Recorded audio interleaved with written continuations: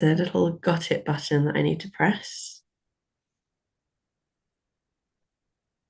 Fab. Okay, so should I start to share my screen and start to discuss IDL?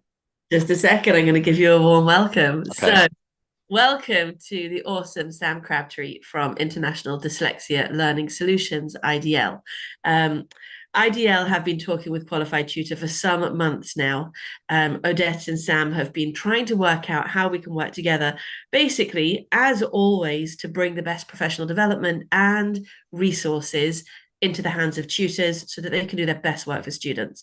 We've got Sarah Webb in the room, who's currently training in dyslexia, and her background is as a SENCO. So I have warned Sam that he needs to talk up to us because there's a ton of expertise in this room. I will let other people come in as we go, but Sam, we are going to interrupt you with questions all through the way, and don't okay, forget special discounts you've got for us at the end. okay, I will do, no problem. Over to you. Thank you very much. So I'll start off by sharing my screen. Normally the demonstrations would take a little bit longer, but I am aware that I am on the clock here. So I will Don't sort you of worry, bypass you've a got few a full bits. hour. Don't Oh, a worry. full hour? Right, Yeah, okay, yeah. no Take problem. time. So I'll just start by sharing my screen. But what I've done is I've already logged into the IDL site. So essentially, if I was to set any tutors up with an IDL login to trial our programs / platform, you would have your own login where you would host your learners' profiles off. So essentially, this is the home page. Just to explain the home page real quickly, we do have a notification section to the right-hand side, and you will be notified when any of your learners complete any lessons here. So if they do ever do it as like an extracurricular activity, you can track the progress here.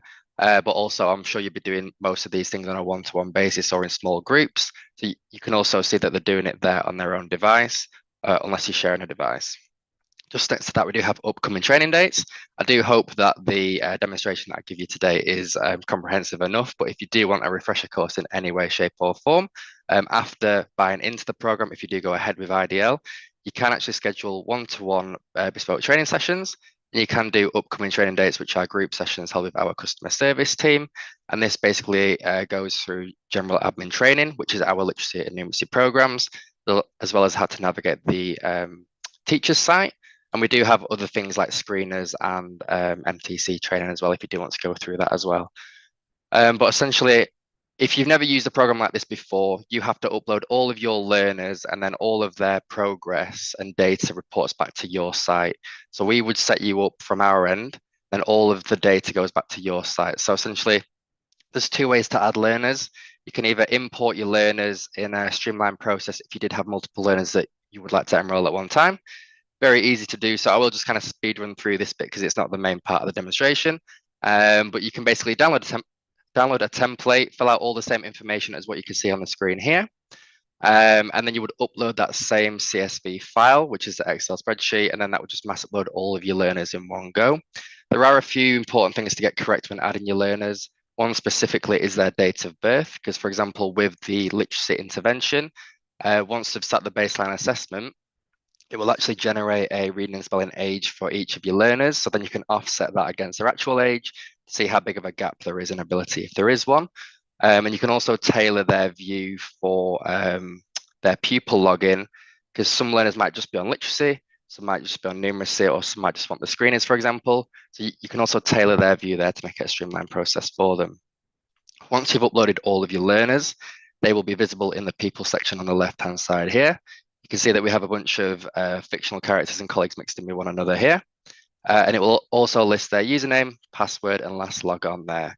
If you do want to add the odd one or two learners from there on, you can just click new person here, fill out all the same information as which we've just discussed, and then you can click to the manage tab and manage their view for the programs here.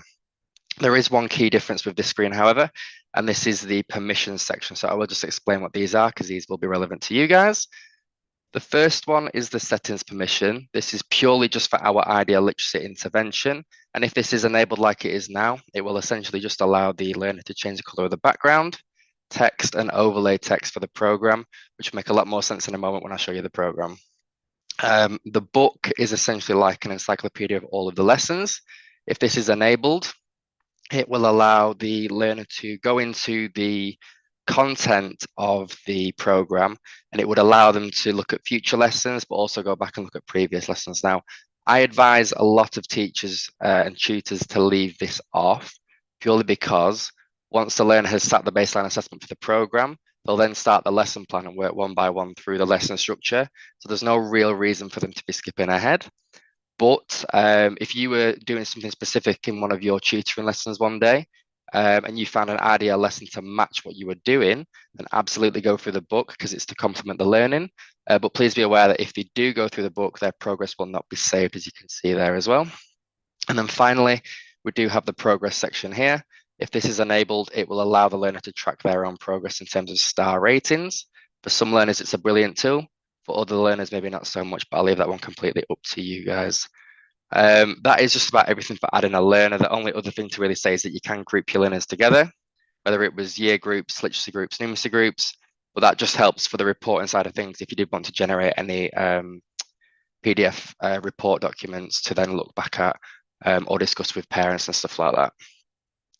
So to start off with the intervention programs, the first one that we're going to look at is the IDL Literacy Intervention. And as I've said previously, we do have a baseline assessment for that. So to find the baseline assessment, you click to progress here on the left-hand side under literacy.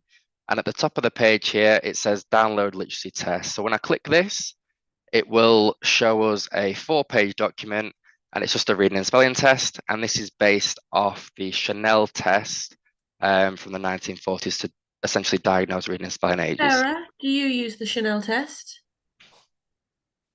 Oh. No, I don't currently, although I am aware of what that is. So yes, that does make sense. Yeah. I've seen the YARC test in the past. Right, okay. I've seen YARC in the past. Is this an equivalent? Yeah, it's just sort of like a different variant of that, but it works in the same way to essentially determine reading and spelling ages in learners. Okay. It will be a similar set of words, it's just in a slightly different way. But essentially, the only thing to note of importance here is after 5 consecutive incorrect answers, you'll stop the test. And both of parts of the test are just literally a reading and spelling test. So it's just a set of words, 100 words, and the learner will read from left to right: tree, little, milk, egg, book. These words get progressively harder as they go down to the point where they will make the 5 mistakes. And you'll mark them on the words that they've read correctly. How far would you get on this, Sam? Maybe to around this line. I'm not too sure. I've not really tested myself on it, but I don't want to really show myself up. So great leveler though, isn't it? Yeah. And then the next part is the spelling test. Again, the same thing applies. After 5 wrong answers in a row, please stop the test. Oh, the first ones were reading tests. Reading, and then this is the spelling reading test. And the second list is spelling. So this is less difficult. So you can give them the context of the word, because, for example, C has 2 different spellings and 2 different meanings. But try not to help them Emma. too much. We're going to be looking at maths in a second. We're doing English at the moment. Put your screen off if you can, please, love. On, I meant. Go ahead, Sam. Thank you very much. And again, these words get progressively harder as the learner goes through them, to the point where they will make the 5 mistakes, and you'll mark them on the words that they've spelled correctly. So I'm sure a lot of you would be doing this on a one-to-one basis. It shouldn't take you too long to really get through it, probably 5 minutes each side, 10 minutes for the spelling maybe, as it's a little bit longer. But essentially what that will do is you'll have a score for reading and a score for spelling. And then what you'll do is you'll come to that learner's profile on their IDL account. And I added myself earlier. Here we are, Sam Crabtree. And what I will do is, because I'm a brand new learner, I then have to input these results as a teacher to that pupil profile to then actually generate their start point for the program. So if I click to literacy here, you can see how I've got no data. And essentially, when I click enter results, I'll just pop in a fairly low score just to show you the program. The program does range from Key Stage 1 through to Key Stage 4, so the content is vastly different as you go across the program. But as you get further into the program to the higher levels, the lessons are a lot longer. So for the sake of the demonstration, I'm going to do a fairly low level 6 to 7-year-old lesson, because the fundamentals of the program will be the same, and I can explain all the gaps from the lesson that we're about to see. But it's a fairly streamlined lesson, and I can explain why we've built the program in a certain way. Sorry, can I just ask, so if you've got a Key Stage 3 student or a Key Stage 4 student and they score, their score is low on there, because of their age then, will it set it to, so it looks more mature, or is it still, is that what you mean? No, it won't change the visual of the actual program. Whether you're on lesson 1 or lesson 500, the program will look the same. But the thing is that, and what you'll see in a moment is, there's no kind of characters, colors, or icons or anything. It's just a very sort of basic stripped back program. So it's kind of like a blanket Thanks. program, if you will. Yeah, thank The you. maths program's a little bit different, but again, I'll explain that as we go, if that's okay. Yeah, Sam, you nailed it. That's exactly what Sarah was trying to find out, that we weren't All showing right. cartoon characters to 16-year-olds.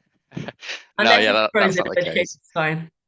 Perfect. So when you're actually in the program, no, you won't see that, but for the login page, you will see a few characters and stuff like that. But the main thing that we focus on is obviously the learning. So what I'll do is I'll score myself fairly low, as I say, just to show you the program. I'll do my score of 15 and 15 for reading and spelling. And when I click save here, it generates a little bit of data here. You can see that I'm reading at a 7-year-old age and spelling at a 6.5-year-old age. I'm working ahead of the curve, however, though, because I was only born today by the looks of it. Congratulations. Thank you very much. But you can see that it's generated my start point of Module F, lesson 25. And right now, that means absolutely nothing to us, but let me put that into context for you. So we do have on the teacher's account, like I'm on now, a content page. So you as tutors can view all of the content for all of the programs. So if you click to content under literacy on the left-hand side here, we can see that Module F is the 3rd module in the main structured program. So as I say, it starts off very easy and gets progressively harder. So this would be sort of your Key Stage 3, Key Stage 4 area here, and the lessons will get a lot longer. We do have uppercase lessons. I'm not too sure what age you tend to start your tutoring from, but the uppercase lessons are basically for any learners that really struggle to do the baseline assessment. And these are foundation lessons, which would then give them the skills to then start the main structured program. But as you can see in a moment when I show you the program, most of your learners probably shouldn't be on that anyways.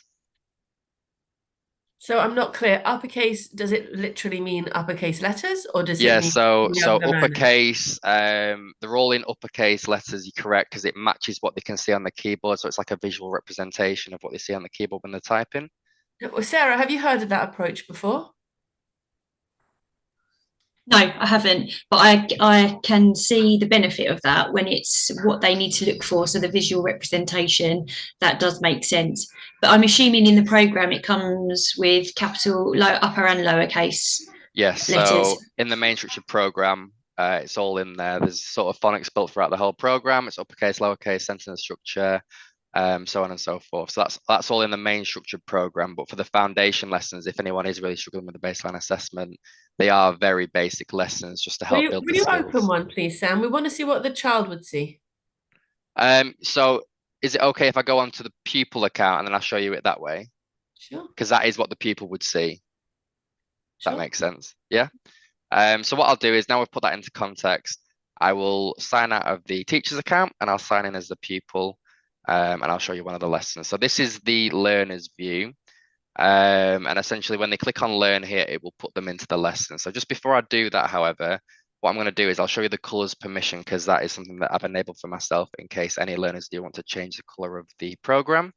So if they do wish to do that, even though these colors are best suited for dyslexic learners, some learners do prefer oranges and greens, for example, but they can change the shade, they can change the color, for example. And we are aware that some learners might make the colors clash. So if that is the case, you can set that back to default and take the permission away. So if you took the actual colors permission away, they would not see that box and they can't mess around with it. Is this font optimized for dyslexic learners? Yes, so again, that is something that I do talk about in the lesson, but yeah, we have chosen a specific font because what we've found with dyslexic learners especially is that they can mirror letters. So for example, the D and the B would be a common culprit for that. So we've made them distinctively different, so then they don't. But that's not this font. Well, it's very similar to that, but it's not this font, no, not specifically. Right, because the A wouldn't work, would it? But so if I actually go out of this and I jump into the lesson, I can now show you that. So if I click on learn here, F25, click start. you can hear how the program actually reads the word out to us. But No, as hold this, on. We need to enable sound. I think on all the right, bar at the bottom, did it make noise just now on yours? it did on mine. Yeah, Um, I've not used Sarah, would Teams you help me before. with this, please?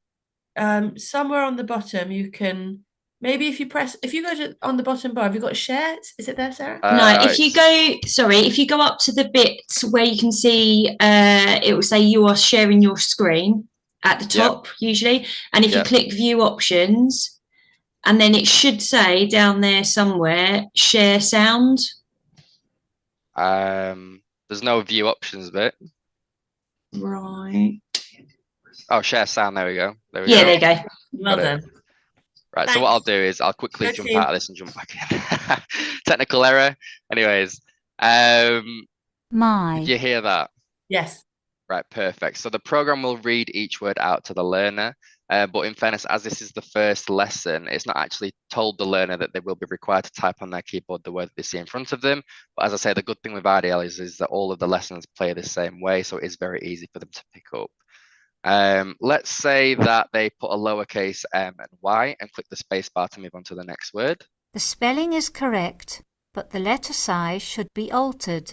The program can recognize that yes, the spelling is correct. The punctuation is just obviously slightly incorrect, so please try again.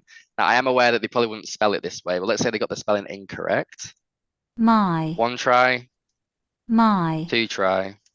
Please ask for help. And after the third time, it will prompt the learner to ask for help. So that would obviously be from yourself, or it could be from a parent if it was ever set as an extracurricular activity. But we are aware that you might not always be around to help the learner if it was on a slightly larger group scale, or if it was set as a homework. So we do have independent learning tools built throughout the programs. And in the case of the IDL Literacy intervention, it's the assistant tool. So in the top right-hand corner, there's this little button here. And if they slide this across, it will bring up this keyboard here, which can be brought up at any time as a visual representation to help them through the lesson. But you can see how it actually highlights the letter that they need to be pressing in the proper case as well. So you can see that this is a capital M.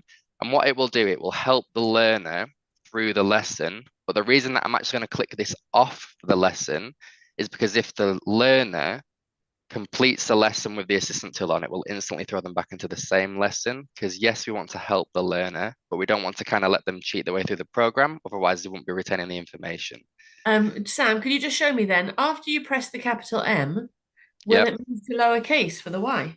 Yeah, so if I leave the assistant tool on, it will go back to the proper case, and it will move on to that, and then it will prompt me to press the space bar to move on to the next word. It's a really, really nice adaptation. I've never seen that. Yeah, so essentially that's just kind of show them and help them through the lessons. It will help them kind of retain the information because it's that thing of repetition. Well, that's why we then throw them back into the same lesson, because we don't want to let them go on without properly taking the information in, if that makes sense. So I will just turn this off because we don't want to be going back through the same lesson. But as it says, I will press the space bar, moves me on to the next word, but it makes me do each word twice, and it will miss out part of the word. Now, as the lessons progress, so if it was, a Key Stage 3 lesson, there would be a lot more complex words in there, and it would miss out like the whole word, so on and so forth. So it tests them a lot more than it will now. Dad. But I will just go through some of these words. Has. And I'll explain the program a little bit. Has. But you can see how the text overlay is red. Oh. Bad. It's always reading it out to us as we go. Bad. Cut. Cut. And. He. Dabs. You can see here, I'll just stop here for a moment because this is where the D and the B comes in. You can see from your question previous about the font, the D and the B are distinctively different. The D has a little flick here and the B has a soft edge. And the A is behaving itself. And the A is behaving itself. It's also the same for the P and the Q, for example. Oh. Sorry, you were going to say something? I was going to ask about lesson F25. I don't think I've understood how far the lessons go. What does F and 25 mean in this context? Is this one of the first lessons in the block? Are there hundreds that go beyond this? So in each module, there's roughly 40 lessons in each module. So in so I'm on lesson F25 right now. So the module is called F? So the module is F and we're on lesson 25. So does it go to Z? It goes to U. Goes to you. Okay, very good. So it's anywhere so A, B, C are the uppercase lessons that we spoke about previous, and then D to U is the main structured program. And then we do have spelling lists that were on that same screen, which are X, Y, Z.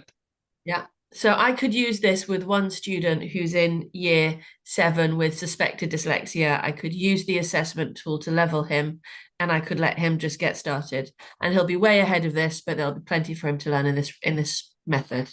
Exactly. But you can use this with any and all learners, because for some learners, you know, we are a dyslexia intervention first, but we are a really, really good consolidation tool as well.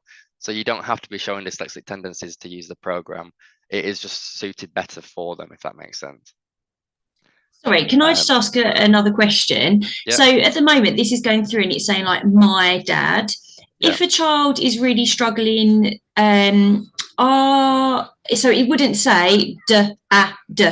It wouldn't talk through the phonic sounds. They have to have that knowledge beforehand. No, yeah, it wouldn't go through the specific sounds like that. No, it just says the whole word. Right, okay. Thanks. No problem. So yeah, essentially sorry, we're having fun now. You mentioned phonics before. Yeah. And Sarah, would you help me on this? I know that there's pros and cons with phonics with dyslexia. So, and Sarah's just asked about sounding out. So yeah, so there's blends of sounds. So there'll be certain words that we test them on of similar spelling but different sounds, for example. Like the homophones. Exactly, homophones, yeah. like there and there, yeah. Exactly, yeah. But I can explain this better when I sort of go into the content side of it as well, when I look at the progress, because we can actually view the content for each lesson, and it will show you what we're actually testing them on. Lovely, let's go. Thank you. No problem, thank you. Also, as I've sort of previously explained before, we have kind of stripped back this literacy program because we have found that dyslexic learners can have the processing difficulties. So that's why we don't have all the characters, colours and activities, much like our numeracy program does.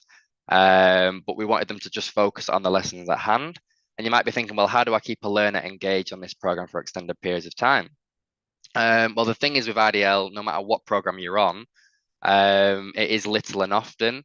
So our programs are here to complement your learners' education instead of like overtake it. So whatever curriculum you're teaching your learners, this is just a really good warm-up, wind-down activity.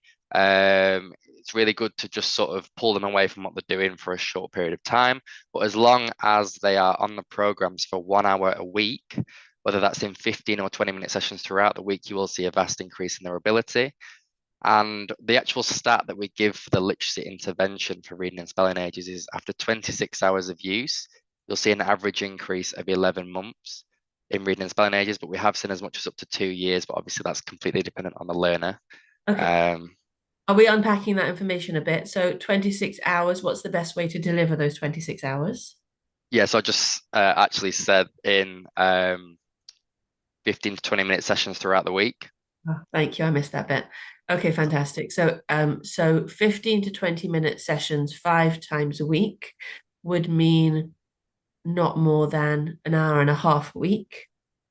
Well, the thing is that we say an hour a week because that's what we've tested on from a pilot study in 2018 with Birmingham Council. But essentially, if you can sit them on the program for extended periods of time, then absolutely do so. But the recommended time that we've given to show that increase in reading and spelling ages and ability is 1 hour a week. So that's why we just say 15 to 20-minute sessions. So they could get through probably 2 to 3 lessons depending on the level of difficulty, because as I say, the lessons get a lot longer as they go ahead. But you know, those short bursts will show a big increase in ability.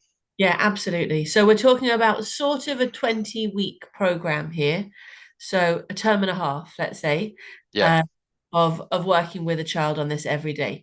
And a tutor could use this as a support tool for parents, potentially. Essentially, yeah. Okay, perfect. What I'll do is I will work through the rest of this lesson, because it isn't really a long lesson, as you'll see in a moment. This is literally the last word here. Full stop. Full stop. That was fantastic. Now can you read back what you've just typed. So we do actually have a record feature built into the program, as you can see at the top of the screen. Now, this is part of the multi-sensory approach that IDL adopts, because as I'm sure you've already seen, you can hear the word, you can read the word off the screen, you perform an action in typing the word, and now you're actually speaking the word. So I actually can't, because I've not used Zoom before, I can't see the record feature. Is there any way I can move this bar from the top of my screen? Because I actually can't see it. Just pick up all of us on the bar and move it. You can move it down to the side and then start recording buttons at the top. Yeah, so how do I actually move the top bit though? Just I can drag move you guys just around. just move it. You just click on it and just can slide it. You should be able to. All right, yeah, cool. Don't Thank worry, you very won't break much. anything. Cool, I can see it now. Thank you very much. So I will just showcase this now for you.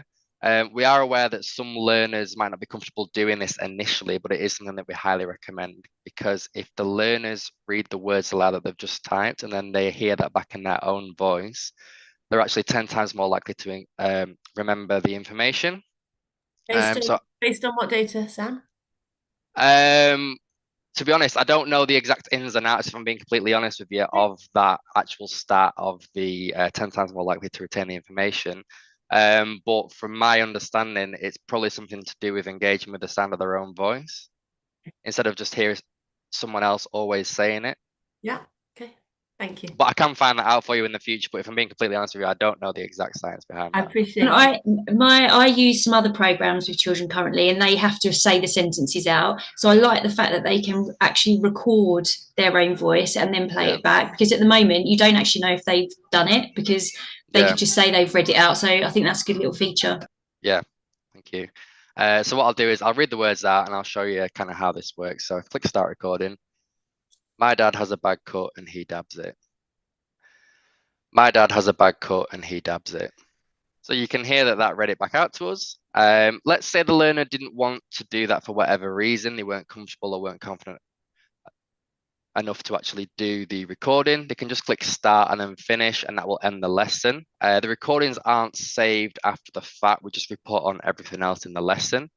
If they do want to restart it for whatever reason, they can click start recording again. They can replay it as many times as they want, or if they are happy and want to finish, they can finish the lesson here. So if I click finish lesson, you can see how I got my first achievement for completing my first literacy lesson. It's put me on to the next lesson, which is F26, because I didn't use the assistant tool. And if we look here, I got 4 out of 5 stars because I did make a few mistakes at the beginning of the lesson. And just on that note, the learner will always start off on 5 stars for each lesson. And for every 2 mistakes they make, they'll lose 1 star. Have you got any questions in regards to anything else that I've just said there? No? No. All right, perfect. So that's kind of the literacy program in a nutshell. We do have the screeners which accompany them as well, but the thing is that they take roughly 30 to 40 minutes to complete. So I'm obviously not going to go through one of those today, but essentially all you would do for a learner to sit the screener is schedule that from their pupil profile. So I can show you how to do that. It is very easy to do. But I'll do that once I've shown you the numeracy program, if that's okay. But they're just really good at identifying dyslexic and dyscalculic traits. Sorry, with the literacy screener, just say they go through and doing it, and it identifies what they're having difficulties with. Would that automatically go over to the IDL, or do they need to sit the baseline assessment? They'll still have to sit the baseline assessment. So the literacy intervention and the literacy screener are completely independent programs, but they do kind of obviously complement each other, because you can screen them first, find out if they do have any kind of learning difficulties in any which way, and then you can kind of put them onto the program to help build on these weak areas, but then also you can implement that into your tutoring sessions as well. Sorry, and the only other thing I was going to ask with the screener, so if you buy the package, do you pay for the screener separately to the IDL program that the children are using? So you will get the relevant, well, for the qualified tutors, actually, it's a little bit different. So essentially, normally for schools, we would do a multi-user license, and you buy into each program individually. But for the QTs, we do have a special offer. And essentially, if you if you bought into the IDL program, you'd buy it per license or per user, but you'd have access to every program essentially. So we're not doing it per program, we're doing it per user, but you'd have full access to everything. Well, that sounds pretty awesome. And there's what discount on that? So normally per user it would be £99 per user, but obviously you know, we want to be trying to get to a lot of learners, so we do have a special 30% discount with QT, and it's £70 a learner. £70 a learner. So and that's a lifetime. So yeah, I believe it's every 12 months, but I'm not. Is it every 12 months or is it for a lifetime thing? Because I thought it was every 12 months. We were hoping it would be a lifetime thing because it's Okay, we can do that. We can do that. That's I not a problem. appreciate that. Yeah, I just had to double check that, but yeah, that's fine. We can do I that. So appreciate per that. user, a lifetime thing. So it's an indefinite subscription per learner. So it will renew at the same price that we've first purchased it. Thank you. Yeah, yeah. So I've got 2 kids who I could put on this. Okay. I'd be really interested to just get them started because teachers' kids are always they get the opportunity to try tools out first. Yeah. Whether they like it or not. Yeah. Okay, awesome. Let's see. I want to see the numeracy one. Okay, perfect. So this one is a little bit different in terms of the age bracket that we look at. This is actually mapped to the UK curriculum for Key Stage 1 and Key Stage 2. We are in a lot of secondary schools with numeracy by Strand, but it's, as I say, it's used as more of a consolidation tool to help bridge the gap for any lower attaining learners that would then obviously be going on to exams in Key Stage 4. But essentially, Numeracy by Strand is a rework of our previous program, which was funnily enough just called IDL Numeracy. But the key difference with this program is that it's learning across 11 unique strands. So when I click on Learn here, you can see at the top of the screen how it actually has the 11 unique strands at the top. We have things like place value, numbers and counting, fractions, which is always a sticking point for a lot of learners, money and time, which are quite unique strands because you don't tend to see them too often, and things like stats and sequences of patterns and stuff like that. So just to explain the program by passing the test for a moment, the breakdown is this. So there's 11 different strands. Each strand has levels 1 through 5, 1 being the easiest and 5 being the hardest. Each level can have up to 14 learning objectives. And as I say, these are mapped to the national curriculum for Key Stage 1 and Key Stage 2. But each learning objective will have 10 lessons. So it'll always be 10 lessons per learning objective.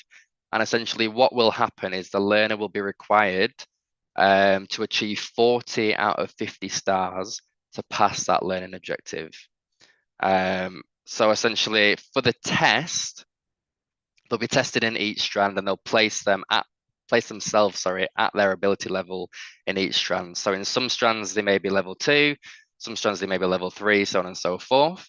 But essentially with the test, there's no time limit to sort of negate that maths anxiety. They can come and go as they wish because, as I say, we do sort of recommend 15 to 20-minute sessions. So if they do run out of time for whatever reason, you can exit the test and come back to it the next day and they won't lose the place. I really appreciate how intentional that is, that although the spelling and reading one is timed, the maths one is. Yeah, so essentially because we are learning across 11 strands and they do have to place themselves, at their level in each strand. If they were a higher attaining learner or working towards the back end of the program, obviously to get up to level 4, level 5 in each strand will take them a slightly longer period of time than if they were just placing at level 2 or level 3, obviously. So the time for each learner will be completely different. That's lovely. I think also I'm just beginning to notice that some subjects have more strands than others. So math has far more strands than English does, doesn't it? Yeah, exactly.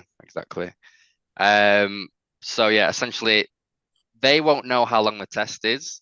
If I'm being completely honest with you, I couldn't even tell you how many questions are in this test from start to finish. But that's the beauty of it, is that they'll answer 2 questions per learning objective and they'll work through each learning objective in each strand and place themselves at that level. So what I'll do is I'll jump into the test. I'll show you kind of how it does follow a lesson structure. So it seems quite low pressure, but obviously they are placing themselves. And then what I'll do is I'll get one question incorrect in the numbers and counting strand, because what that will do is it will cut me out of that strand and it will move me on to the next strand, which will be place value. So the reason that we only do one mistake to move them onto the next strand and place them on that initial strand is because if we gave them multiple chances, the test would be very long. Yeah. Yeah. So I'll jump in and we'll have a look how this is very visually different to the literacy program. So you can see that this does have all the kind of characters, colors and activities. Drag 4 apples and place them on the tree. Nice, easy one to start. I'll just move this bar up here. And obviously it will get progressively harder, but it does have to start off very easy. And it is a multisensory program, so it will always read the questions Starting out. at 3, move 25 spaces forward and then 7 back. Move the correct flag to the top of the castle. What's that, sorry? Was that the first and the second question? This is the second question, yeah. So this that's a massive essentially, leap.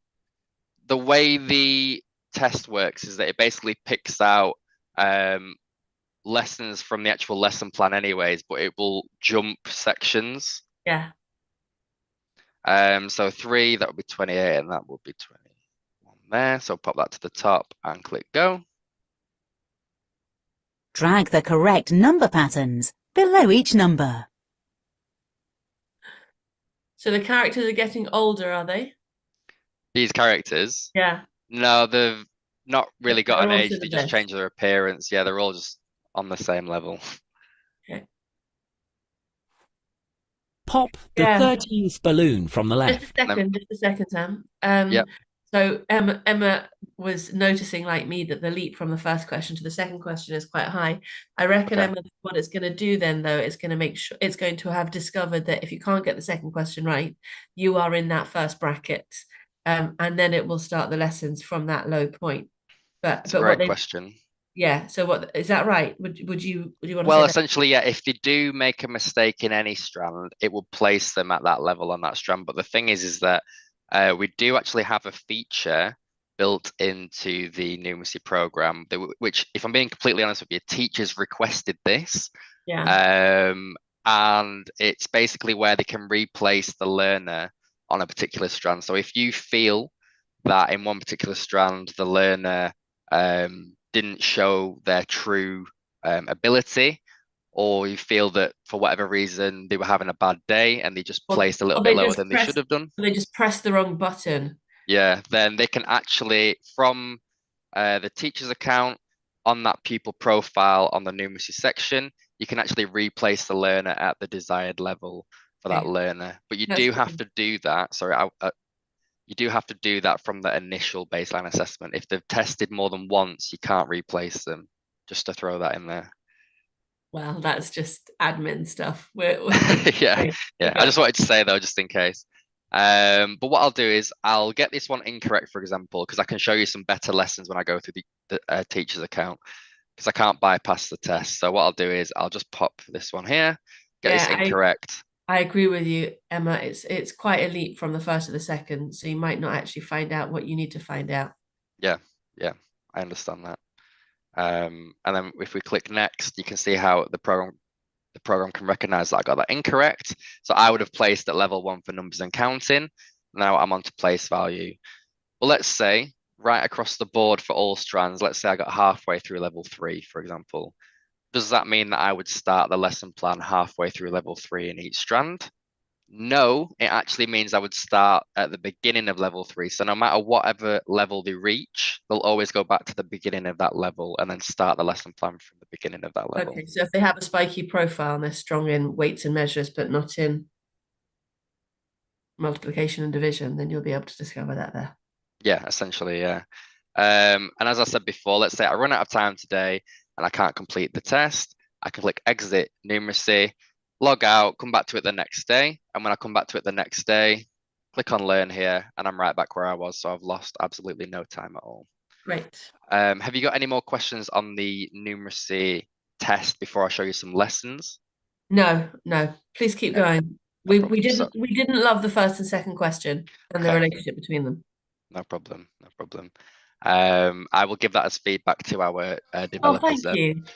Sorry, but on the second question, if they would have got it, if you'd have got that question wrong, So that would have moved you straight onto the place value part of it.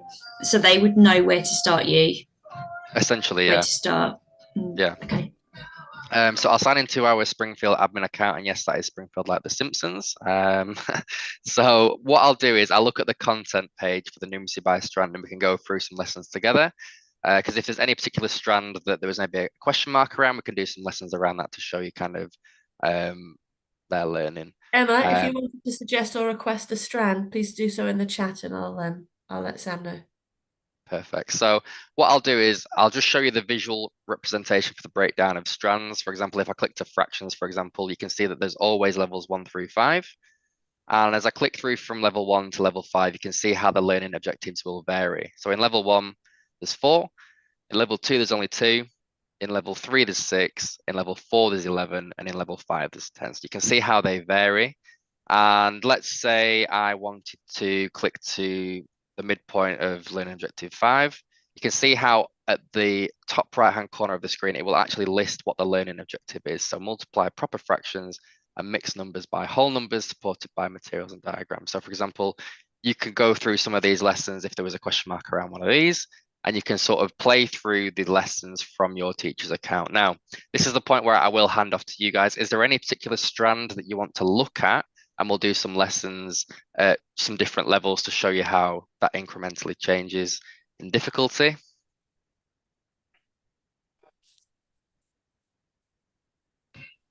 I don't know, has Emma said anything? Fractions. I was going to say fractions too. Yeah, it's the reason that I chose fractions is because I've done quite a lot of demos, obviously, of this program, and it's always fractions that people request.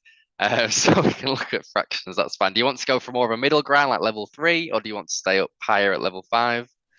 Well, I think I'm primary, and I think Emma's secondary, is she? Is Emma secondary? Yeah, okay. So maybe is there time to do, like, have a little look at both to see the comparison, or? Yeah, so all of these lessons are fairly bite-sized and fairly straightforward. So the thing is that with the whole program, there's 2,710 lessons. So in doing that, the idea, in my opinion, for a learner to be sat on this program is that they should roughly be able to do a learning objective in that 15 to 20 minute period.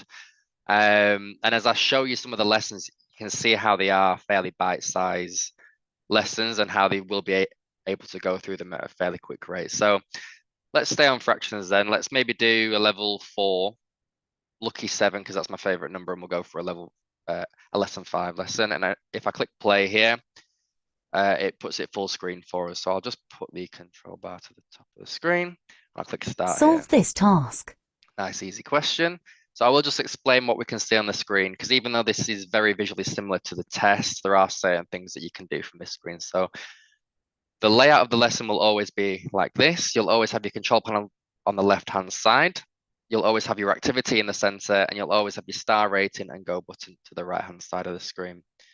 The control panel has multiple different functions that can control the lesson. So the X will prompt an exit lesson window. If they do leave the lesson, their progress will not be saved. But as I've just said, all of the lessons are fairly bite-sized. So if they do have to leave, they shouldn't have to recap much at all. And if they do have enough time to complete the lesson, then, you know, realistically, they should be able to answer the question in that time. The I is the information tool. It will read the question out again if they missed it. And the R will reset the lesson. So let's say I choose this here and I pop that up there. Obviously, that's just at random. And I didn't think that was correct. I can click the R and that will bring that back down here for me. And we do actually have an independent learning tool built into the numeracy program as well. It's not visible on this lesson specifically, but it's a golden circle with an S in the middle, and it's known as the Simplify tool. So the Simplify tool will work in a very similar way to, if you're familiar with Who Wants to Be a Millionaire, the 50-50, and it will narrow down the answers. So obviously there's 5 answers here. If the tool was available for this lesson, it would narrow these down to 3 answers, and then it helps me answer the question. The star ratings work in the same way as the literacy program. You'll always start off on 5 stars, and for every 2 mistakes you make as a learner, you'll lose 1 star. But the key thing with the simplified, I don't think we saw stars on the literacy one. You didn't see stars, but the lessons work in the same way. So I said previous that you'll always start off on 5 stars for the literacy lessons, but for every 2 mistakes you make, you lose 1 star. But at the end of the lesson, once they've completed it, and it prompts them with the next lesson, you can see what the star rating was at the very end. I think you were getting your charger, Julia. Oh, really? Thanks, thanks, love. So, are you comfortable with stars, Sarah? Emma? What feedback are they giving the child? Is it helpful? I think it's. I think for a lot of children, they still, whether they have difficulties or not, they still like to see the stars. It's that whole thing, isn't it, of do they gain stars or do they lose stars? And I think for some it works one way and some it works the other. So I quite like seeing 5 stars to start with, rather than trying to build up, I suppose, but that's the way my brain works. Yeah. The way that I see the star ratings is, you know, for example, with the literacy program, you can't initially see the stars, but then thereafter, once you've done the lesson, you can see the star rating that they've achieved. And let's say they weren't maybe putting 100% effort into the initial lessons, but then they saw that they were sort of getting like maybe 2 to 3 stars per lesson. When they look back on the progress tab, if you do enable that for them and see that, you know, they're not getting 5 stars every time, then that normally spurs them on to achieve better in the lessons. That's the way that I look at it. So if you do enable the progress tab, they'll want to be getting 5 stars every time. So they'll put more effort into the lessons. But anyways, the simplify tool. It's complicated, that one. I opened a can of worms, yeah. The simplify tool will essentially sacrifice, however, a set number of the stars. So depending on the difficulty of the lesson, it will either sacrifice 1, 2, or 3 stars. But that's obviously very important moving forward, because as I've said before, to pass the learning objective, they will be required to get 40 out of 50 stars. So if they're simplifying every single lesson in that learning objective, they most likely won't pass the learning objective. And in that case, if they weren't to meet the requirement for that learning objective, they will then, that will flag on your teacher's account as an area of need. They'll go back through the rotation of 11 strands, and they'll come back to it and try it again after that point. So essentially, it's quite interesting how the children are getting more and more confident with these kinds of, with working with these kinds of programs. My 14-year-old is working with a maths practice tool that she was given by school, and she understands how it loops back and how that helps her, and it does. It's one of those things that they're more comfortable with than we are, I reckon. Yeah, but I think it's just because it's sort of always been there for them. Everyone's got a phone, everyone's got an iPad these days, and just very intuitive with it, aren't they? Yeah. So what I'll do is I'll get this correct, and we will move on to the, in fact, is that 7? Yeah, it is. That's great. You can see how I got 5 stars for that. Well done, you can see how it is a fairly bite-sized lesson, but yeah, thank you very much. I didn't want to brag about it myself, but sorry, did you see an explainer there? What if you got it wrong? So right, okay, if I jump into another lesson for you, I'll do a level 3 lesson. And I know we've been interrupting you, but you do only have 9 minutes. All right, okay, no problem. So if I click start here, for example, of these fish highlighted in red? Highlighted in red, right, okay. So again, this is the simplified tool. So this is quite a good one because I can show you this and how it narrows down the answers. So if I do want to simplify the lesson, I can click on this and it will only cost me 1 of my 5 stars. But if I do that, it narrows down the answers for me. So as you said about, was it the star rating, sorry, Julia? No, I wanted to know about an explainer if you get it wrong. So you showed us that with the English, with the uppercase and the lowercase. Right, okay, yeah. So there isn't a particular explainer for this. There's no prompt to tell them that they're getting it wrong, other than they will lose stars. So for example, if I was to select this and click go, you nearly got it that time. I get 1 freebie. Try again. But then if I do it again, you nearly got it how that I lost time. Another 1 of my stars. Try again. So it will prompt them that yes, they've got the answer incorrect and they do need to try again, which is where they would reset the lesson and try again. But so essentially, there's no teaching element here. There's no specific teaching element, no.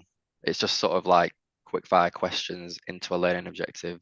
Okay, so we understand quite clearly that this only works alongside a tutor then. How many fish is 2/3 of 18? If it was a tutor or if it was in a school, it is always running some kind of session with, for example, a tutor or a TA, for example. So there is always someone kind of around, but that's why we do have the independent learning tools built into each program, because you know, you saw how that narrowed down 5 answers to 2 answers. Realistically, you know, it would only take them 2 tries to get the answer. And the thing with maths is that there is a mental element. Right, okay. But with the mental math side of things, you do have to test the learner. You can't kind of give them built-in tools to help them. Otherwise, there's no problem-solving element. Mm-hmm. Okay, and what is X, I, and R? I feel like I missed that as well. X, I, and R. All right, yeah. So so that's the control panel for the lesson. The X prompts an exit lesson window. If you do want to leave the lesson, the I is the information tool, which reads the question out again if they missed it, and the R resets the lesson. Okay, awesome. So Emma's asking the same question as me, which is reducing the chances and then but not explaining it isn't really teaching and learning. So it just shows us the limitation of the tool and where we need to step in. Yeah, but so as I've said, these intervention programs are to complement the pupil's learning. It's not like a fully comprehensive explainer lesson. It's not going to sort of take over your job, for example. It's to help you teach these things, give them sets of questions to go at. It's, you know, maths is a very problem-solving subject. It's not going to explain absolutely every single thing for every single question, for every single strand. That's okay. You know, that's where your teaching element comes in. We still like it, don't worry. We're just working out where it finishes and where we start. It's okay. Yeah, no problem. So then it will sometimes ask a second question, like it has here. How many fish is 2/3 of 18? That's great. So you can see how that works there as well. Is that okay for the lessons? Do you want to see any more lessons? Because I am aware that we probably don't have enough time to kind of go through the reporting side of things in terms of progress, but I can quickly kind of show that off for you. I think you should definitely show it to us. Yeah, please. Okay, so for example, with the literacy progress, you can click to any particular learner here. I'll just go with Bart Simpson as the first one. And you can see that this is a report for Bart Simpson on his pupil profile. So you can see that his start point was module I lesson 12, which is quite a lot further through the program than where I started. You can see his overall program progress is 29% of the program. He's done 3 out of 9 modules and 164 out of 558 lessons. Now he has less lessons than I had because he started further through the program than I did. Just below that, we can see that Bart has sat 3 baseline assessments. Now we know that the first baseline assessment is to place them on the program, but you might be asking, well, why do I have to retest the learners on the same baseline assessment? That is because to definitively see an increase in reading and spelling ages, you will actually be required to test them on that same reading and spelling test to see the increase in reading and spelling ages. So obviously you will. So this growth curve is based on the same reading test. Yeah, so that's the control essentially. Oh, very nice. Okay. So obviously you will have the full reporting through all of the lessons, which you can see through the full and detailed progress section here. But that is just for the baseline assessments, and it will list the increase in reading and spelling ages as they move through the program and sort of retest. So we do say that you should retest your learners once a term if you can achieve that. If you can't achieve that, which we are aware can be difficult for some people, once every 6 months is absolutely fine. Just below that. Sorry, just remind me. So the test that you showed us right at the beginning, firstly, that has to be teacher assessed, right? There's no automation in there.